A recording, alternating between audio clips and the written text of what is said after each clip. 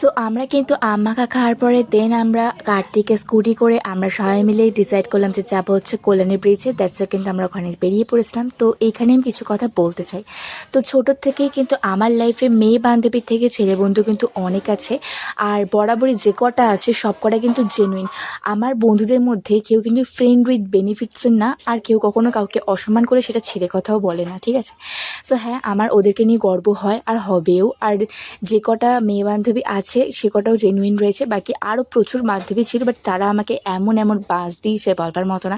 So তাদেরকে আমি আমার জিন্দিগিতেও মনে রাখতে চাই না। তো যাই হোক, আর যে কটা বন্ধুদের রয়েছে আমার সাথে তাদের সাথে আমি বেরাই বলে পাড়ার লোকের এমনকি আরও অনেকের অনেক অনেক প্রবলেম যে আমি ছেলেদের সাথে কেন বেরাই। হ্যাঁ ভাই, কারণ ওদের সাথে আমি ঘুরতে চাই, ওদের সাথে বেরালে আমার মেন্টালি ঠিক থাকি, ওদের সাথে বেরালে অনেক আনন্দ হয়, ঠিক আছে?